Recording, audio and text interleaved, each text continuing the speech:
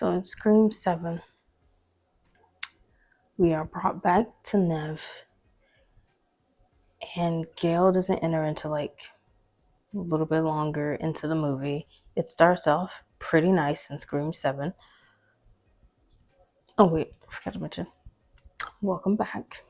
If you're watching this and you're watching me, welcome back. But yeah, we get to see Sid in a nice, quiet life, away from any ghost faces. However, it starts off at the beginning, two random people who are not connected whatsoever to this. They get murked in Stu Macher's house, which is now an Airbnb. Fitting, right? I mean,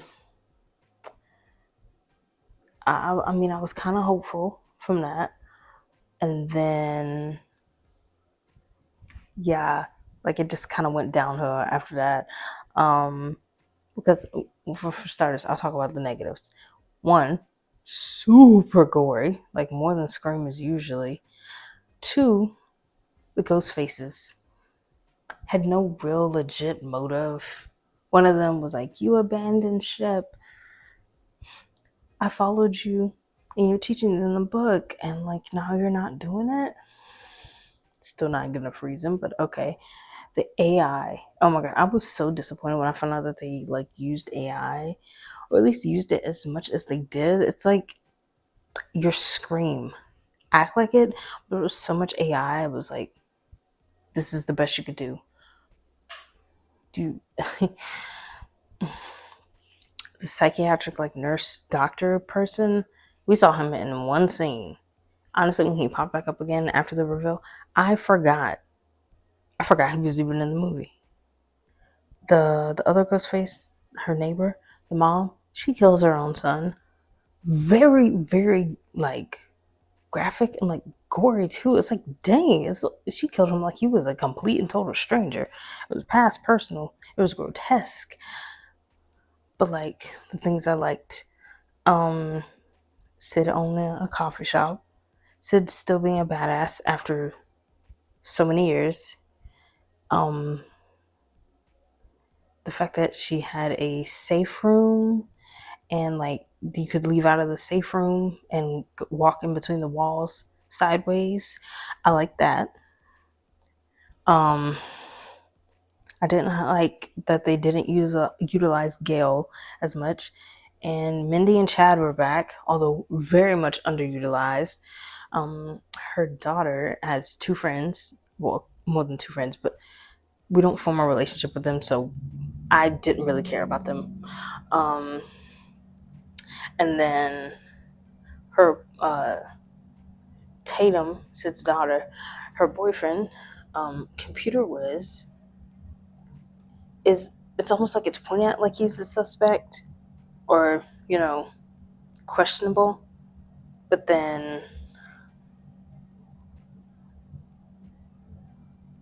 we do nothing with that.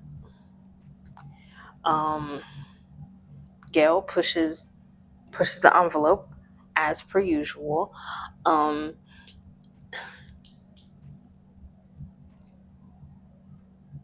just the overuse of AI in this movie, and the fact that you probably could have had a better plot, is what's getting me. Also, there probably will be an eighth one. Maybe we don't use AI in the next one. Hmm. And can you actually bring back Matthew Lillard? Like, it would have made just a little bit more sense if y'all hadn't leaked that he was gonna be one, and like in the movie. But I guess they had to do that so that way,